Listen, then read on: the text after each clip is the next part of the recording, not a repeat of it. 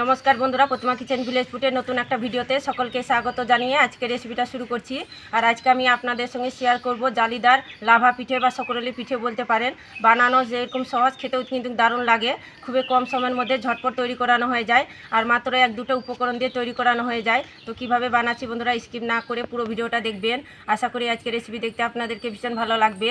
আর যে সকল বন্ধুরা এখন পর্যন্ত চ্যানেলে নতুন হয়ে থাকলে প্লিজ চ্যানেলটিকে সাবস্ক্রাইব করে আমার পাশে থাকবেন। আর যারা ফেসবুক পেজটাকে দেখছেন তারা পেজটাকে ফলো করে আমার পাশে থাকবেন। তাহলে বন্ধুরা লাভা পিঠেটা বানানো শুরু করি। লাভা পিঠেটা তৈরি করবেন তখন কিন্তু কাপ অথবা বাটি মেপে নেবেন, তাহলে পরের উপকরণগুলো দিতে সুবিধা হবে আর পারফেক্টভাবে তৈরিও হবে। তো দেখুন, এই বাটি মেপে আমি 2 বাটি দিয়ে দিব শুকনো আতপ চালের গুঁড়ো, আর 1 বাটি মাপ করে দিয়ে দিব হাফ বাটি ময়দা, আর 1 বাটি মাপ করে দিচ্ছি আমি হাফ বাটি চিনি। তবে স্বাদ বুঝে চিনিটা দেবেন, যে যেরকম মিষ্টি খেতে পছন্দ করেন। আর দিয়ে দেবো স্বাদ মতো একটু লবণ। তো প্রথমে আমি শুকনো উপকরণগুলো একটু মিশিয়ে নেব হ্যান্ড ওয়াশটা দিয়ে।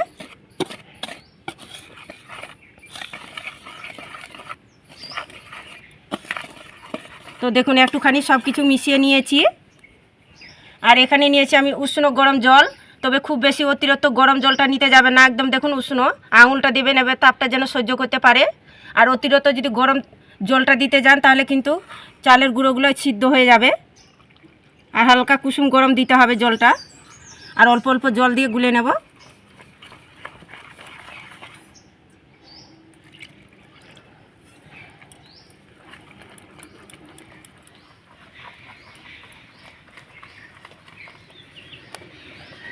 অল্প করে কুসুম গরম জলটা দিয়ে মেখে নিয়েছি।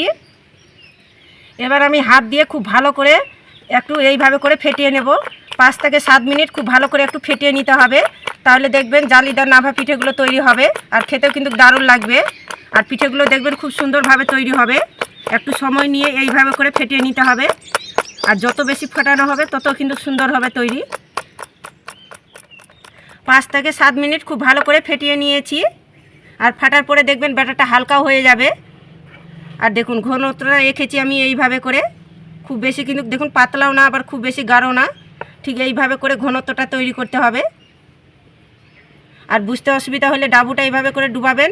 ডাবুর উল্টো সাইডে দেখুন হালকা করে মোটা লেয়ার পড়ছে, খুব বেশি না দেখুন। আর এইভাবে করে দাগ টানবেন, দেখুন দাগটা কিন্তু টেনে যাচ্ছে। ঠিক এইভাবে করে গুলে নিতে হবে। লাভা পিঠেগুলো ভাজার জন্য এদিকে আমি উনুন ধরিয়ে কড়াই বসিয়ে দিয়েছি। এবার কড়াইয়ের মধ্যে দিয়ে দেবো সাদা তেল। তবে খুব বেশি তেলটা দেওয়া যাবে না, অল্প করেই তেলটা দেব। আর এই লাভা পিঠে ভাজার জন্য বেশি কিন্তু তেলটা লাগে না। তো দেখুন, তেলটা অল্প করে দিয়েছি। এবার খুব ভালো করে একটু গরম করে নেব।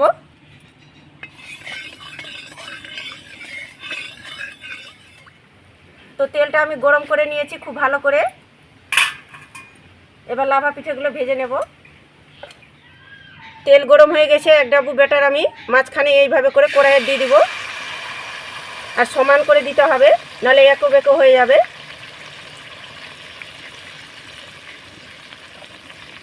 আর এটা কিন্তু নাড়াচাড়ানো করব না, হালকা হয়ে আসবে তবে কিন্তু নাড়াচাড়ানো করব।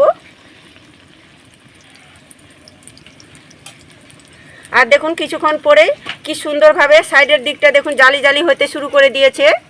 তো এইভাবে করে একটু তেলটা ছড়িয়ে দেব মাঝখানের দিকে, এইভাবে করে ছড়িয়ে দিতে হবে।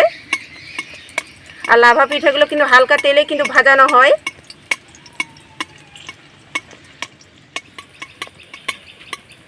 তো দেখুন, এইভাবে করে অনাবর্ত একটু তেলটা ছড়িয়ে দিয়েছি। আর ছড়িয়ে দেওয়ার পরে দেখুন কতটা সাইডের দিকটা জালিদার হয়েছে শুরু করে দিয়েছে, আর কতটা জালিদার হয়েছে দেখুন। আর এটা কিন্তু উল্টে পাল্টে ভাজবো না, এইভাবে করে ভেজে নিতে হবে। আর লাভা পিঠে কিন্তু এইভাবে করে ভেজে নিতে হয়। তো হয়ে গেছে, আবার তেল ঝরিয়ে তুলে নেব। এই দেখুন কতটা জালিদার হয়েছে আর কি সুন্দর হয়েছে লাভা পিঠেটা।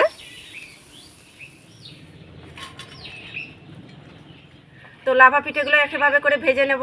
আর ভাজতে কিন্তু বেশিক্ষণ টাইমও লাগে না, আর অল্প তেলের মধ্যেও ভাজানো হয়ে যায়। এবার আমি 1 ডাবু ব্যাটার নিয়েছি, এইভাবে করে কড়াইয়ের মাঝখানে দিয়ে দেব।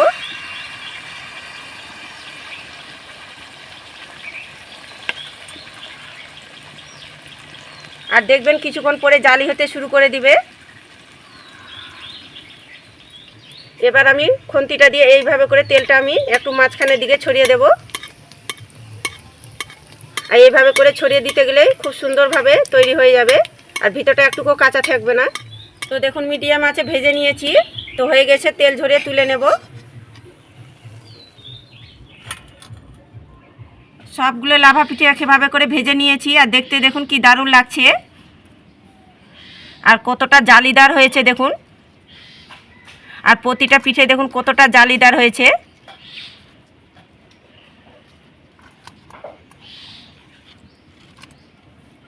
আর একটা ভেঙেও দেখাচ্ছি, একদম কতটা জালিদার হয়েছে দেখুন ভিতরটা। আর যেমন পিঠেগুলো জালিদার সফট হয়, খেতেও কিন্তু দারুণ লাগে। একবার শুধু বানিয়ে দেখুন, যত রকম পিঠে খেয়েছেন সব স্বাদ কিন্তু ভুলে যাবেন, এতটা মজা লাগে খেতে। বাড়ির এমন কেউ বাদ থাকবে না কি পিঠেটা খেতে পছন্দ করবে না, দারুণ লাগে খেতে। একবার শুধু বানিয়ে দেখুন, খেয়ে অবাক হবেন। এই দেখুন কতটা জালিদার হয়েছে। আর দেখলেন তো লাভা পিঠাটা বানানো কত জলের মতন সহজ। তো আপনারা এই শীতে একবার হলে তৈরি করে দেখবেন আমার মতো করে, আর খেয়ে কেমন লাগলো তো অবশ্যই কমেন্ট করে বলবেন। আর আজকে লাভা পিঠাটা কেমন লেগেছে তো অবশ্যই কমেন্ট করে বলবেন। আর ভালো লাগলে একটা লাইক করে বন্ধুদের সঙ্গে ভিডিওটা শেয়ার করবেন। তো ভিডিওটা এখানে শেষ করছি, দেখা হচ্ছে নতুন কোনো রেসিপির সঙ্গে। সবাই খুব ভালো থাকবেন, সুস্থ থাকবেন। পুরো ভিডিওটা দেখার জন্য অসংখ্য ধন্যবাদ।